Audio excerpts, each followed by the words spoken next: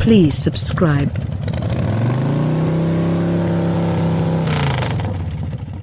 Having quite recently traveled 400 kilometers in a 750-pole sports vehicle, I felt shockingly invigorated.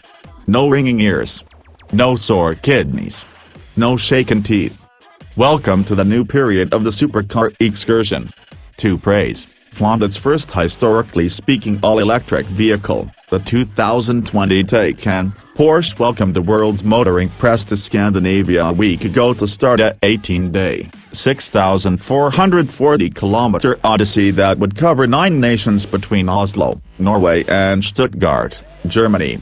I had the benefit of being among the primary gathering of riders on the principal leg among Oslo and Gothenburg, which incorporated a lunch stop at an Ionity charging station in Strömstad, Sweden, 20 kilometers south of the outskirt between the two nations.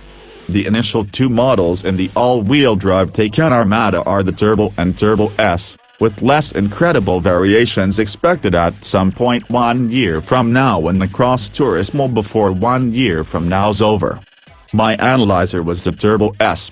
The drive course was a decent blend of urban streets, twisty nation paths and significant roadways, every one of which showed various traits of the Taycan, articulated Taycan.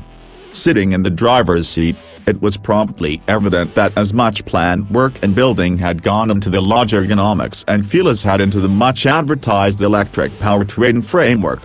The well-supported seating position and the manner in which the substantial game-directing wheel meet my enthusiastic hands felt practically indistinguishable from a contemporary 911 cockpit.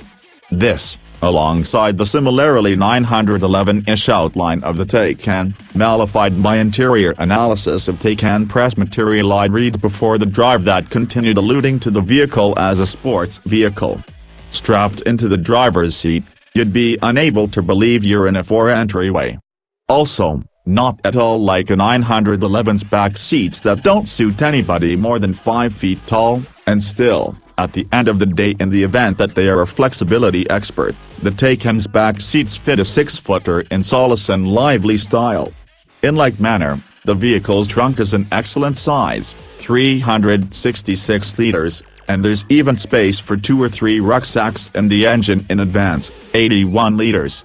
In spite of the fact that the power catch situated on the dash to one side of the directing section is equivalent to the key start on Porsche's since, well, always, all Taycan correlations with Porsche sports vehicles cockpit start and end with the seating position, as the whole dash/check/switchgear design of the car is all new, and, as per Porsche, expected to bring its items into the advanced age. With the Focal 10.9-inch infotainment show, a discretionary traveler 10.9-inch infotainment show and a gliding focus comfort screen controlling things like atmosphere works, the Taycan's dash feels computerized. In reality, the dashboard-mounted clock the main simple return insight. Be that as it may, it's not overpowering, which is regularly the situation with multi-screen shows. In like manner, controlling wheel controls are kept to a base, restricted to simply sound, telephone controls, a drive mode dial and a recovery catch. With the push of that previously mentioned beginning catch, the Taycan Turbo S springs up, not with a thunder yet a murmur. To place the vehicle in rigging you flip an interesting flip change situated on the dash to one side of the controlling segment, down for drive, up for turn around. The underlying driving impressions in Oslo weren't that entirely different from your regular EV exploring city boulevards in morning heavy traffic. The speeding up was fresh, the lodge calm and the ride smooth. Be that as it may, when city avenues offered approach to nation streets and with it chances to drive the game car into and through tight corners and up and over moving landing area, the Taycan uncovered its unquestionably Porsche character. Once more, I was helped to remember the press pack portrayal, and again I comprehended and acknowledged the Taycan Turbo S as a sports vehicle. The driving elements mechanical highlights of the Taycan Turbo S are broad, creative and incorporate some industry firsts, and all profoundly affect the exhibition and treatment of this vehicle. For a profound plunge on the specialized specs, see David Booth's exhaustive and authoritative first look of the Taycan. Following an hour or so of running slopes and dales through unblemished Norway wide open and along conduits, we got together with a parkway that would take us to the Norway-Sweden fringe, then on to the lunch stop. My co-driver was currently in the driver's seat as we quietly energetic along the motorway at 137 km per hour. Wind clamor, at least in the experience much the same as that of sitting on an entirely agreeable fast train.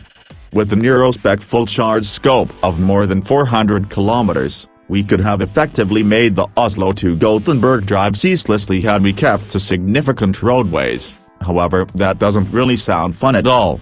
So at our lunch stop we connected to an Ionity charging station in Strömstad. With 47% left on our battery, it took only 18 minutes utilizing the DC charger to top us off to 80% because of energizing paces of to 258 kilowatts being recorded. At the end of the day, speedier than the time it took us to have a brisk lunch and bathroom break. Similarly, as the morning drive segment showed the uncommon exhibition and treatment of Porsche's first all-electric vehicle, the lunch stop underscored this present reality capability of a fast charging system. Those properties were not lost on my partners, with the vast majority of the lunch talk rotating around the shameless Porsche-ness of the Taycans. Hauling out of the charging station and back onto the parkway, we subsided into the hour-and-a-half impact to Gothenburg, an adventure not at all like the morning's, nevertheless similarly as uncovering as far as showing the Taycan's qualities. For this situation, that it's as much an excellent tourer as it is a games vehicle. Dissimilar to such huge numbers of extravagant execution vehicles, interpretation, supercars, the Taycan's lodges a peaceful and agreeable spot to be, the sort of spot you wouldn't fret going through hours in. There's no cylinder slamming, lament shaking your bones and brain box. The Taycan's supple yet solid undercarriage complete with their suspension smooths out the obstructions, instead of highlighting them. What's more, the reasonable seating positions keep those supercar muscle spasms under control. Obviously, the Taycan Turbo S has a sticker cost of $213,900, before assessment, so one would, and should, expect an outstanding vehicle and one deserving of the Porsche identification. Those lucky Canadians who will take conveyance of one in the principal half of 1 year from now won't be disillusioned. At long last, is it a superior, more alluring extravagant sport ever than the highest point of the line Tesla Model S? It is. No inquiry. All things considered, it's a Porsche.